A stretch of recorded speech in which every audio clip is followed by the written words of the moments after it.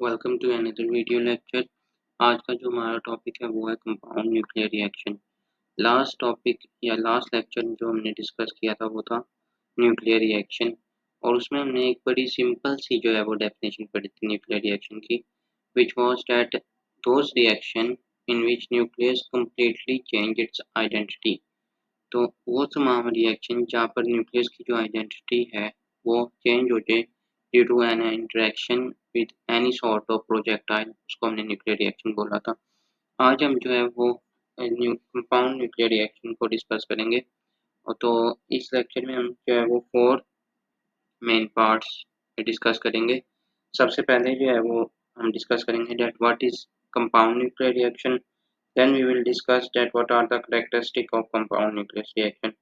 Then we will move to different probabilities for compound nuclei of zinc-64 and the angular distribution of compound nuclear reaction.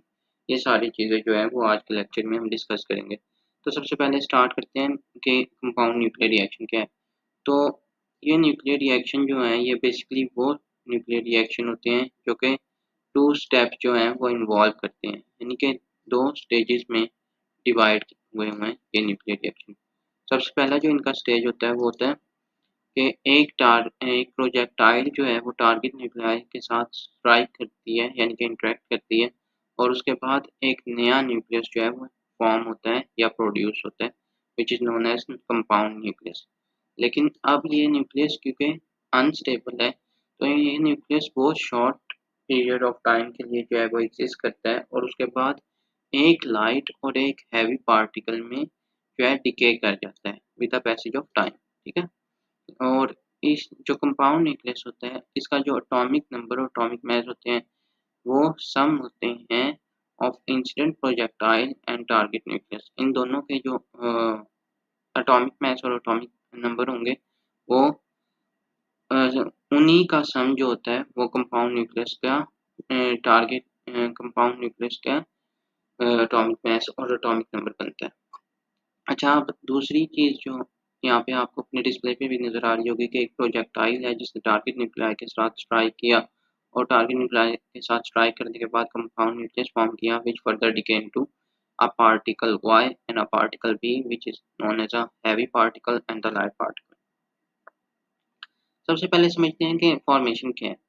तो compound nucleus reaction जो है वो एक light particle की वजह से जो है एग्जिस्ट किया जाता है, यानी कि कंपाउंड न्यूक्लियस की जो फॉर्मेशन है या कंपाउंड न्यूक्लियस की आप कह लें जनरेशन है, वो इस वजह से है कि एक और light particle let it be a proton और अ न्यूट्रॉन, वो जो है एक न्यूक्लियस के अंदर एंटर हो जाता है, और एंटर होने के बाद इम्पैक्ट पैरामीटर क्रिएट करता है smaller than the radius of nucleus, and during this process there is a high probability that the projectile interact with one of the nucleon. अच्छा, अब इस लाइन का मतलब क्या है वो समझाता हूँ। अच्छा, अब एक चीज़ होती है उसको हम बोलते हैं इम्पैक्ट, और एक होती है इम्पल्स। इम्पल्स जो है वो बेसिकली एक फिजिकल क्वांटिटी है। जब एक बहुत ज़्यादा बड़ी फोर्स जो है वो बहुत थोड़े पीरियड ऑफ टाइम के लिए किसी चीज़ के साथ इंटरैक्ट करती है, जैसे हम किसी बॉल को बैट से हिट करते हैं तो उसको हम इम्पल्स बोलते हैं। ठीक है। It is a physical quantity. Impact parameter जो होता है ना, impact parameter refer to a forceful contact between a two or more bodies, यानी कि फोर्सफुल कॉन्टैक्ट को जो है वो ये पैरामीटर डिस्क्राइब करता है, और ये एक फिजिकल इवेंट को डिस्क्राइब करता है, फिजिकल क्वांटिटी को नहीं। ठीक है।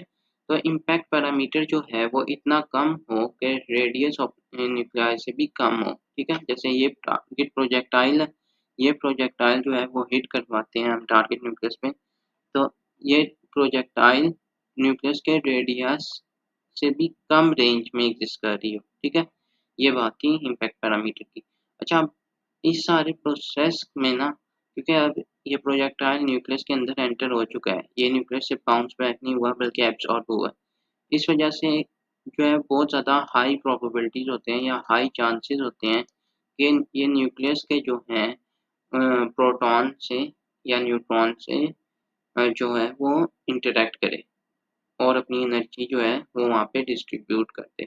इसलिए सेकंड जो कैरेक्टरिस्टिक है वो है कि energy of projectile is distributed among target nuclei, क्योंकि कोई स्पेसिफिक डायरेक्शन में हमने टारगेट को हिट नहीं किया, हमने ये नहीं किया। ये जो रेड लाइन आपको नजर आ रही है ना, ये रेड लाइन बेसिकली ये बात शो कर रही है कि सरफेस न्यूक्लियॉन्स एग्जिस्ट कर रहे हैं यहाँ पे। लेकिन अगर आप गौर से देखें तो हमने हमारा प्रोजेक्टाइल जो है वो थ्रू आउट सारे न्यूक्लियस को इफेक्ट कर रहा है, वो सिर्फ सरफेस के न्यूक्लियॉन को जो है स्ट्राइक नहीं कर रहा। इस वजह से जो एनर्जी होगी प्रोजेक्टाइल की वो पूरी तरह से डिस्ट्रीब्यूट होगी। It is not distributed to a specific nucleons but energy distribution is a random. Energy distribution जो है उस CNR में रैंडम है because the particle incident strike with all nucleon equally। अच्छा, उसके बाद कंपाउंड न्यूक्लियस रिएक्शन जो है ना, ये क्योंकि बहुत थोड़े देर के लिए एग्जिस्ट करते हैं और with the passage of time decay हो जाते हैं, तो इन्हें अपनी फॉर्मेशन हिस्ट्री नहीं याद रहती। सबसे पहले तो इन्हें यह नहीं याद रहता बिकॉज एक प्रोटॉन फर्ज करते हैं अगर न्यूक्लियस में एंटर हो गया तो वो बाकी के प्रोटॉन के साथ अपनी एनर्जी डिस्ट्रीब्यूट कर देगा, ठीक है। तो इसको अपनी फॉर्मेशन हिस्ट्री याद नहीं रहती। उसके बाद सेकंड चीज़ ये है कि अब क्योंकि फॉर्मेशन हिस्ट्री याद नहीं है, तो एक कंपाउंड न्यूक्लियस जो है ना वो डिफरेंट न्यूक्लियाई में एग्जिस्ट कर सकता है। It can be decay into it can be decay different nucleus में डिके हो सकता है। It can be decay into zinc, it can be decay into copper, it can be decay into anything, ठीक है। ये एक एग्जांपल दे रहा हूँ, आगे हम इसे न्यूक्लियर रिएक्शन से भी समझेंगे। तो डिफरेंट प्रोबेबिलिटीज पर एग्जिस्ट कर सकता है। उसके बाद जो रिएक्शन टाइम है ना वो बहुत स्लो होता है, क्योंकि पहले एक पूरा न्यूक्लियस जनरेट होता है और उसके बाद वो न्यूक्लियस जो है वो डिके करता है। तो रिएक्शन टाइम जो है वो ऑलमोस्ट है 10 raise to power -16 to the 10 raise to power -18। अच्छा, अब सबसे पहले हम चीज़ समझते हैं कॉपर 63 और निकल 60। ये दो एग्जांपल्स आपको अपने डिस्प्ले पर नजर आ रही होंगी। These are nuclear reaction for both nuclei. सबसे पहले समझते हैं कॉपर का न्यूक्लियस को। तो कॉपर का न्यूक्लियस जो है वो कॉपर 63 एग्जिस्ट कर रहा है, जिसमें हमने एक प्रोटॉन को इंसिडेंट करवाया है। अब एक प्रोटॉन के इंसिडेंट करने के बाद ये न्यूक्लियाई जो है ये जिंक 64 में कन्वर्ट हो गया, which is again a compound nuclei. It is a compound nucleus, ठीक है। अच्छा, कंपाउंड न्यूक्लियस जो है ये हमने अभी बात पढ़ी है कि वो एक से ज़्यादा ऑप्शंस में डिके कर सकता है, उसके एक से ज़्यादा ऑप्शन में डिके करने की प्रोबेबिलिटीज एग्जिस्ट करती हैं, ठीक है। So zinc 64 in a compound nucleus can decay into zinc 63 with the emission of one neutron, ठीक है। और it can be exist in copper 62 plus emission of one neutron and proton, or can decay into zinc 62 with the emission or outgoing particle of two neutrons। ये जो neutron neutron proton या to neutron आपको नजर आ रहे हैं ना, ये वो पार्टिकल हैं जो हमारे पास लाइट पार्टिकल थे, या जिसको हम आउटगोइंग पार्टिकल भी बोलते हैं। ये वाला पार्टिकल जो है ये पार्टिकल वहाँ पर एग्जिस्ट कर रहे हैं 2-3 न्यूट्रॉन्स से, ठीक है। अच्छा, इसके बाद हमारे दूसरी जो एग्जांपल है वो निकल 60 के लिए ली है। जब निकल 60 को हम अल्फा पार्टिकल से हीलियम के न्यूक्लियाइड से इंटरेक्ट करवाते हैं तो हमारे पास जिंक 64 एग्जैक्ट यही न्यूक्लियस बनता है। अब इस न्यूक्लियस के भी डिफरेंट प्रोबेबिलिटीज हैं आने की। सबसे पहली प्रोबेबिलिटीज कौन सी है? Zinc 63 with the emission of one neutron, copper 62 with the emission of neutron and proton, zinc 62 with the emission of two neutron, ठीक है। अच्छा, अब लास्ट लेक्चर में वैसे मैंने एक चीज़ सिखा दी थी, फिर से समझा देता हूँ।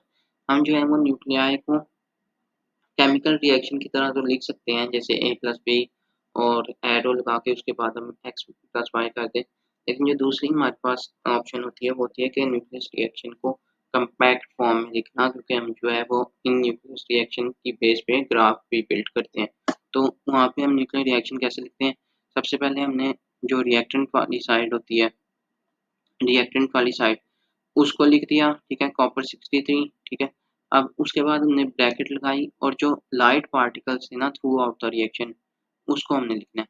सबसे पहले हमने लाइट पार्टिकल रिएक्टेंट वाले लिखेंगे which is one proton, single proton, ठीक है। उसके बाद हमने लाइट पार्टिकल वो वाला लिखना है जो कि प्रोडक्ट में एग्जिस्ट करना है डिके के बाद, आउटगोइंग पार्टिकल जिसको बोलते हैं, ठीक है। वो लिखा 1 न्यूट्रॉन ब्रैकेट क्लोज करके, उसके बाद फाइनल प्रोडक्ट जो था वो क्या था, जिंक 63 था, तो जिंक 63 लिख दिया।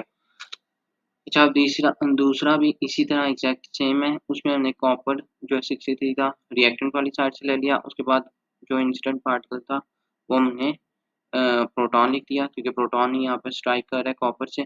उसके बाद जो फाइनल प्रोडक्ट था वो कॉपर 62 था, उसको बाहर लिख दिया, और जो ब्रैकेट थी उसके अंदर हमने क्योंकि यहाँ पे एक न्यूट्रॉन और एक प्रोटॉन जो है वो इमिट हुआ है, तो हम इन न्यूट्रॉन और प्रोटॉन को आपस में विदाउट एनी कॉमा लिख देंगे और ब्रैकेट क्लोज कर देंगे। इसी तरह हम दूसरा जो काम कर सकते हैं, वहाँ पे भी हमने रिएक्टेंट वाली जो है वो सेम लिखी है, और प्रोडक्ट की साइड पे हमने 2 न्यूट्रॉन और ब्रैकेट क्लोज करके फाइनल प्रोडक्ट जो कि जिंक 62 था उसे लिख दिया। एग्जैक्ट यही सारी चीज़ हुई है निकेल वाले न्यूक्लियर रिएक्शन में, ठीक है। अच्छा, अब ये चीज़ तो होगी, अब हम इसका ग्राफ को समझेंगे कि इसका ग्राफ किस तरह से बनाया जाता है। So on Y axis we have a cross sections, ठीक है, और एक्स एक्सिस जो है ये हमारा बेसिकली एक एक्स और वाई का ग्राफ नहीं बनता है इसका, बल्कि डबल एक्स एक्सिस का ग्राफ होता है इसमें, क्योंकि हमारे पास दो डिफरेंट इंसिडेंट प्रोजेक्टाइल है। तो एक प्रोजेक्टाइल को हम लिखते हैं एनर्जी ऑफ अल्फा पार्टिकल, दूसरे एक्स एक्सिस को एक एक्स एक्सिस को हम लिखते हैं एनर्जी ऑफ अल्फा पार्टिकल, और जो दूसरा एक्सिस होगा वहाँ पे हम लिखेंगे एनर्जी ऑफ प्रोटॉन, ठीक है। अच्छा, अब ये तो हमने चीज़ें लिख ली, इसके बाद हमने सिर्फ जो ऊपर हमने ये चीज़ें लिखी थी ना कम्पैक्ट फॉर्म, उन तीनों को ही हमने यहाँ पे स्विच कर दिया है। Copper 63 into zinc 63, copper 63 gives copper 62, और कॉपर 63 गिव्स जिंक 62, ठीक है। अच्छा, इसको आप स्ट्रेट लाइन से भी रिप्रेजेंट कर सकते हैं, और इसको आप जो है वो कर्व से भी रिप्रेजेंट कर सकते हैं। मैंने एक को कर्व से रिप्रेजेंट किया, एक को मैंने स्ट्रेट लाइन से रिप्रेजेंट किया। अब ये सारे ग्राफ क्या शो कर रहे हैं, ये वाले ग्राफ शो कर रहे हैं कि एक न्यूक्लियस की alpha particle is incident on the nickel nuclei, so it can be exist with the different probabilities. It can be exist with the emission of zinc 63 and outgoing particle neutrons. It can exist with the copper 62 with outgoing single proton and neutron. It can exist zinc 62 with outgoing particle 2 neutrons. ये इसको show कर रहा है। अच्छा, अब ये final graph आ गया। इसके बाद अब ये लास्ट चीज जो है वो हम डिस्कस करेंगे, वो होगा angular distribution of outgoing particle. और एंगुलर डिस्ट्रीब्यूशन जो है वो बेसिकली क्या होता है, इसको सबसे पहले समझते हैं। जो अब आपको अपनी स्क्रीन पर एक चेंबर नजर आ रहा है, ठीक है, ये चेंबर क्या कर रहा है, इस चेंबर में हमारे पास कंपाउंड न्यूक्लियर रिएक्शन हो रहा है, और जो आउटगोइंग पार्टिकल है ना उसको मैंने बी कह दिया। जैसे it can be a neutron, it can be a proton, it can be a number of neutrons, ठीक है, it can be different nucleons, ठीक है। अब ये आउटगोइंग पार्टिकल जो है ना ये इस चेंबर से बाहर जा रहे हैं डिफरेंट एंगल्स पे, लेकिन हम जब डिटेक्टर लगा के डिटेक्ट करते हैं ना आउटगोइंग पार्टिकल्स को, तो हमें हमारे जो पहला डिटेक्टर है वो शो करता है कि उसके पास 100% आउटगोइंग पार्टिकल जा रहे हैं, दूसरा डिटेक्टर शो करता है कि उसके पास 98% जो है आउटगोइंग पार्टिकल जा रहे हैं, तीसरा डिटेक्टर शो करता है कि हमारे पास 96% डिटेक्टर जो है आउटगोइंग पार्टिकल डिटेक्ट हो रहे हैं, ठीक है। अब ये सारे जो डिटेक्टर हैं ये बात शो कर रहे हैं कि जो आउटगोइंग पार्टिकल है ना वो किस हर एक एंगल पर एग्जिस्ट कर रहे हैं, वो इंडिपेंडेंट ऑफ एंगल है, ठीक है। ये जो ये एंगल शो हो रहे हैं ना आपको, ये 30 डिग्रीज, उसके बाद 40 डिग्रीज और ये 60 डिग्रीज, ये चीज़ इस बात को शो कर रही है that the outgoing particle are emitted रफली equally in all direction as also compound nuclear forget from which direction it was hit, क्योंकि कंपाउंड न्यूक्लियर रिएक्शन को जो है वो अपनी फॉर्मेशन हिस्ट्री याद नहीं रहती, इसलिए आउटगोइंग पार्टिकल जो है वो हर एक डायरेक्शन में इक्वली आते हैं, रफली इक्वली लिखा हुआ है यहाँ पे, लेकिन इक्वली जो है वो इमिट होते हैं, ठीक है।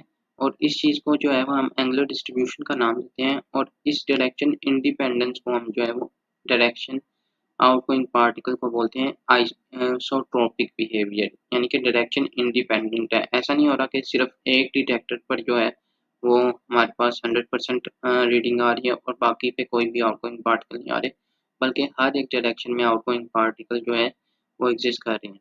ठीक है, ये चीज़ एक याद रह होगी। उसके बाद एंगुलर डिस्ट्रीब्यूशन को हम किस तरह से रिप्रेजेंट करते हैं, हम रिप्रेजेंट करते हैं डिफरेंशियल क्रॉस सेक्शन से। यहाँ पे हमारे पास जो है डिनोमिनेटर में क्या है, डिनोमिनेटर में सॉलिड एंगल आए हैं। और सॉलिड एंगल क्या होता है, सॉलिड एंगल जो है वो हमने पहले पढ़ा हुआ है एफएससी में, कि वो जो है वो एंगल्स होते हैं ये जो 3 डायमेंशन में एग्जिस्ट करते हैं, जैसे कि स्टीरेडियन और वो सारी जो उसकी डेरिवेशन होती है। ठीक है, अच्छा अब ये सारे एंगल्स हो गए। अब हम ये चीज़ रिप्रेजेंट करेंगे with the help of graph. So in our graph we have a angular distribution in y-axis and theta in x-axis। ठीक है, और थीटा जो है वो 30, 40, 60, 70, 90 में एग्जिस्ट कर रहा है। अच्छा, अब क्या होगा कि 30 वाला जो है इस पे भी इक्वली आउटगोइंग पार्टिकल है, 40 पर भी इक्वली आउटगोइंग पार्टिकल है, 60 पर भी इक्वली आउटगोइंग पार्टिकल है। तो y को जो है वो हमने सिर्फ एक कर्व से रिप्रेजेंट कर दिया, that the angular distribution in a compound nucleus reaction show isotropic behavior, means that the outgoing particle is equally distributed in all directions. So this was about today video lecture. I hope you had